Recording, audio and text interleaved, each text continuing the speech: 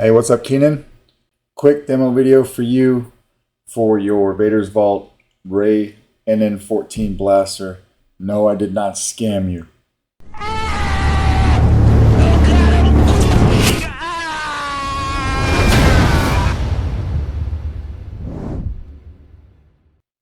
So this is installed with a Proffie. It's got Jesse's from Kyberphonics NN-14 sound font on it. I did some mild weathering for you. Hopefully you can see it. Hopefully you saw it in the pictures. I didn't do anything too crazy. Just a little bit of usage. It's got a 10 pixel accent strip right here. If you turn it around, it's got another 10 pixel accent strip right here. One thing I do a little bit different when I do these is I do not solder a separate neopixel for the tip of the barrel. What I do is I take on one of these strips, I put, actually there's 11 pixels. I take that 11th pixel and I bend it forward so it's pointing straight out, and then you get light out of the barrel as well. All right. Your kill switch is right here. So it's located under the hammer. When you push the hammer up, you turn the blaster on. Right? And then when you push it down, it kills it and nothing works. You do not have to open it to charge it. What you want to do is unscrew this groupie right here. All right, so when you unscrew this, I'm just trying to be careful so I didn't drop it. There's your standard recharge port. So that's how you would charge the Saber. Typical of all of these that I've done, I think I've done, maybe 5, 6 of these by now.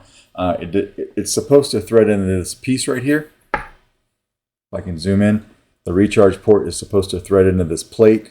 That doesn't quite happen, so what I do is I drill out that hole a little bit and I JB weld this recharge port onto the plate from the back side. So aesthetically, it doesn't look any different, just a little heads up there. All right, so I'll put that back on. That screws on and stays on there.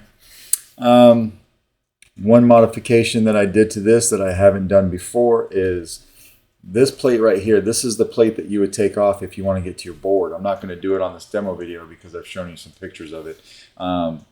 But when you have to buy the hardware for this Saber, it comes with security torque screw or security bolts. So if you can see on my camera, that button head screw right there, how it has that pin in the middle. Not everybody has a set of security Allen wrenches around. So what I did was on the actual plate that you take off, which is this one right here, I swapped it for some regular 4040 button heads. You can just use a normal Allen key to get those off. And that's also a good indicator. If you forget which side to take off, you just look at it and say, okay, it's the side that doesn't have the security pins on it. All right, so that's what we do right there. It's got a 28mm Smokers Outpost Elite speaker. There is a 15 pixel accent strip on the chassis. That's just a little something I do for an added bonus if you have the panel off. Chances are if you don't open this up to make any changes, you'll never see that, but I showed you some videos of it.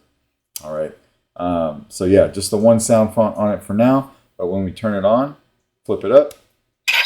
Well, one thing we can talk about too, a modification that I do on these guys is if you look closely right underneath the round piece right here, this knurled piece, if you look like in here, I did some Dremel work. I tried to be very neat with it because I had to knock down this plate a little bit so that this would slide up and down freely. If I don't do that, this tends to get stuck and it's very difficult to push up and down. So there is a little bit of Dremel work. Like you can see that in the front near my finger, but when I press it up, now you can see it in the back, right? I just did it where the channel would be for this guy to slide up and down. All right, so slide up and down, and that's what I did there.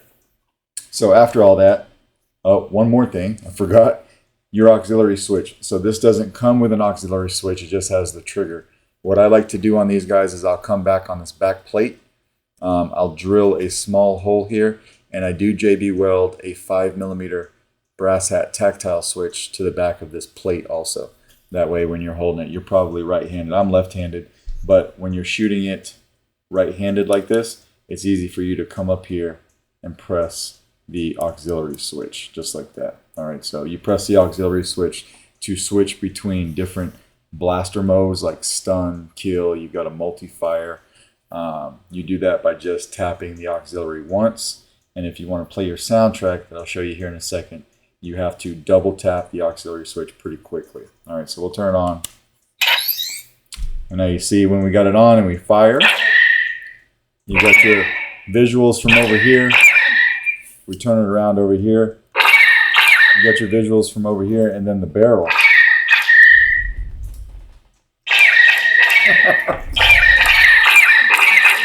Now if we come over here and we click the auxiliary switch, every mode has a different sound and different visual. Auto fire. So with the auto fire, of course, you can just hold down on the trigger.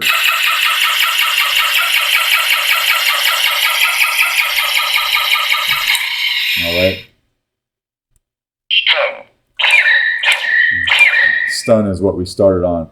Now to play your soundtrack, like I said, it's a double tap. It can be a little bit tricky if you're just trying to double tap it like this. But if you do a quick double tap like this,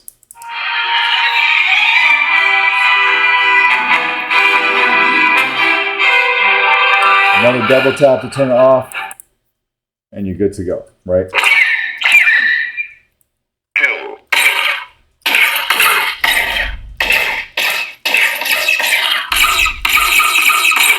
And then when you're done with it, just come over here and flip the hammer down, and it kills everything just like it should. All right, so that is basically your NN-14 blaster. Thank you for your patience. I hope that you like the way it turned out. I will get this out in the mail to you first thing Monday morning. Thanks, bro.